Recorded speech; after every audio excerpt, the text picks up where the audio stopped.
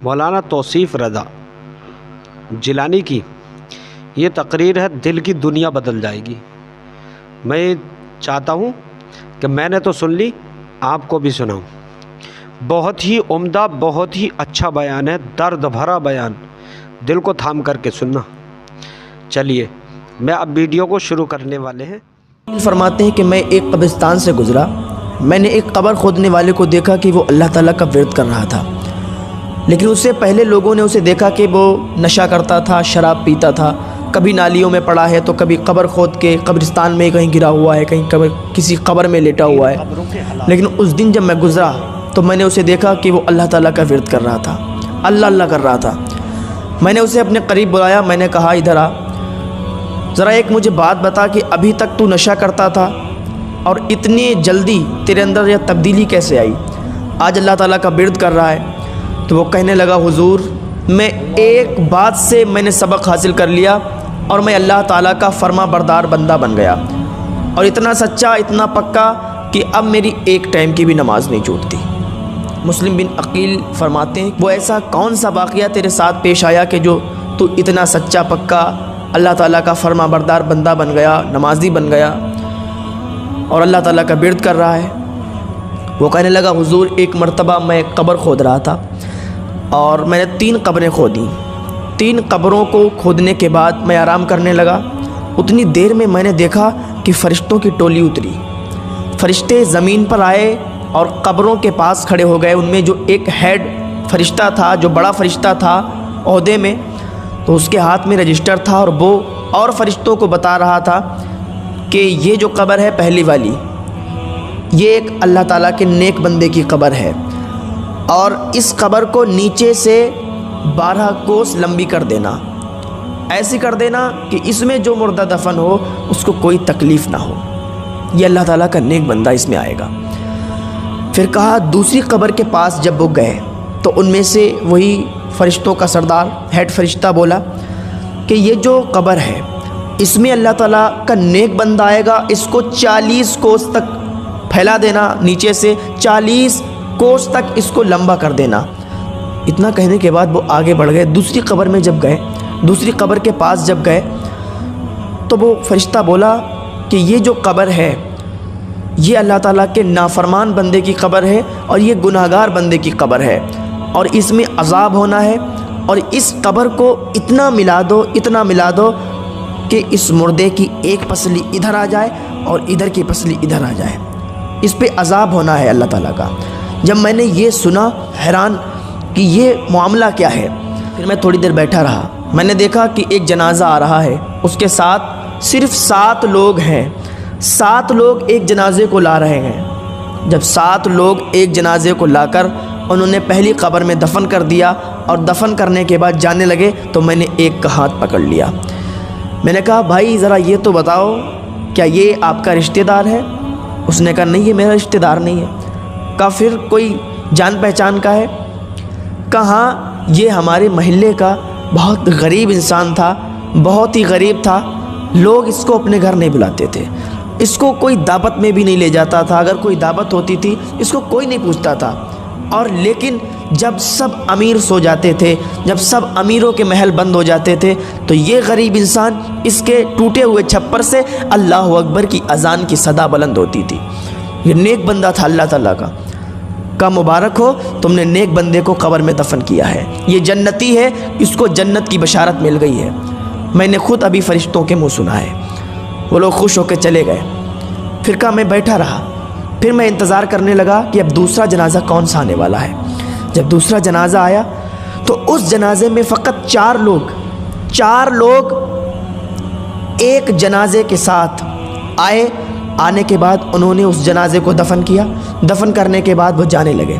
میں نے ان میں سے ایک کا ہاتھ پکڑ لیا، میں نے کہا بھائی یہ بتاؤ کیا یہ تمہارا رشتہ دار ہے؟ انہوں نے کہا نہیں، میرا رشتہ دار نہیں۔ کہا پھر کوئی محلے والا ہے؟ کہا نہیں، یہ محلے والا بھی نہیں۔ کہا پھر کون ہے؟ تو وہ کہنے لگا کہ یہ ایک مسافر تھا، اور یہ 1-2 دن سے روز ہمارے محلے سے گزرتا تھا۔ امیروں کے گھر ہیں ہمارے محلے میں، امیر لوگ رہتے ہیں، ادھر سے یہ گزرتا تھا تو کوئی اس پر توجہ نہیں دیتا تھا، لیکن آج اس کا انتقال ہو گیا تو ہم نے کچھ لوگوں کو اکٹھا کیا، ہم نے تمام امیروں کو بلایا، ہم نے کہا آؤ اس کو دفنا دیتے ہیں، کچھ کفن کا انتظام کر دیتے ہیں، اس کی فاتح خوانی کا کچھ انتظام کر دیتے ہیں۔ تو سارے امیر بھاگ گئے، سارے امیر چلے گئے، بولے یہ غریب انسان ہے، اس کو دفنائیں گے، ارے ہمیں انفیکشن ہو جائے گا، ہٹاؤ اسے ایک رسی میں باندھ کے کسی دریا میں پھینک دو جا کر۔ جب انہوں نے اتنا کہا تو ہم 4 لوگوں نے اس کے کفن دفن کا انتظام کیا اور اس کو دفن کر کے جا رہے ہیں۔ اس قبر کھودنے والے نے کہا مبارک ہو، تم نے ایک اللہ کے ولی کو دفن کیا ہے، تم نے ایک اللہ کے ولی کو دفن کیا، یہ جنتی ہے، میں نے فرشتوں کے منہ سنا ہے۔ وہ لوگ خوش ہو کر چلے گئے۔ اب جب لاسٹ میں جو جنازہ آنے والا تھا وہ دیکھ رہا تھا وہ کون سا جنازہ ہے، دیکھا کہ بہت ہی دھوم دھام سے لاکھوں آدمی اس جنازے کے ساتھ، پھولوں سے مالا سے پوری چارپائی سجی ہے، لوگ نعرے بلند کرتے آ رہے ہیں۔ جب وہ جنازہ آ گیا تو لوگوں نے پوچھا کہ کوئی قبر خالی ہے، تو میں نے کہا ہاں ایک قبر خالی ہے۔ کہا کتنے روپے؟ میں نے کہا 1000۔ تو ان امیروں نے 1000 روپے لے کر اور میرے منہ پر مار دیے، بولے دور ہٹ جا، اب یہاں امیر کا جنازہ ہے، امیر کو دفن کرنے والے ہیں، تو ہٹ یہاں سے، انفیکشن پھیلا رہا ہے۔ بولے میں ہٹ گیا دور۔ جب انہوں نے دفن کر دیا جنازے کو، اس مردے کو دفنا دیا تو مٹی کم پڑ گئی، پھر مٹی باہر سے آئی، مول خرید کے منگائی گئی اور اس کی قبر کو اور اونچا کر دیا گیا۔ اور میں دیکھ رہا تھا اور میں سوچ رہا تھا کہ فرشتوں نے کہا تھا کہ جو تیسرا انسان اس میں آئے گا اس کی قبر میں عذاب ہوگا۔ میں یہ سوچ کر بڑا افسوس کر رہا تھا۔ پھر جب وہ جانے لگے ان میں سے میں نے ایک کا ہاتھ پکڑ لیا، میں نے کہا بھائی ایک بات بتاؤ، یہ تمہارا رشتہ دار ہے؟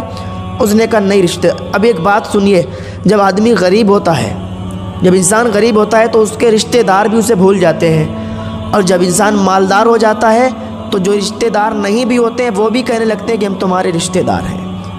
جب انسان غریب ہوتا ہے تو اسے پیسے دینے والا کوئی نہیں ہوتا ہے، اس کو اگر وہ کسی سے ادھار بھی مانگ لے تو اس کو کوئی نہیں دیتا، لیکن انسان اگر مالدار ہے تو مالدار ہی مالدار کو دیتا ہے۔ آج کل غریب کا کوئی نہیں ہے۔ تو وہ کہنے لگا کہ آپ اس کو جانتے ہو؟ اس نے کہا نہیں ہم تو نہیں جانتے۔ کہا بھائی ایک بات بتائیں تو ناراض تو نہیں ہو گئے؟ تو اس نے کہا بتاؤ ہم کیوں ناراض ہو گئے، نہ تو ہمارا کوئی رشتہ دار ہے، نہ تو ہمارا کوئی خاندانی ہے، ایک امیر شخص کی بیوی کا جنازہ ہے، ہم تو شریک ہو گئے، ہم تو مٹی دینے کے لیے چلے آئے۔ کہا سنو، میں نے فرشتوں کے منہ سنا ہے کہ اس قبر میں جو دفن ہونے والا ہے اس پر عذاب ہونے والا ہے اللہ تعالیٰ کا۔ یہاں تو تم نے اس کو مٹی سے اوپر تک بہت بڑی قبر بنا دی، پھولوں کے مالا چڑھا دیے، پانی چھڑک دیا، لیکن قبر میں اس پر عذاب ہو رہا ہے۔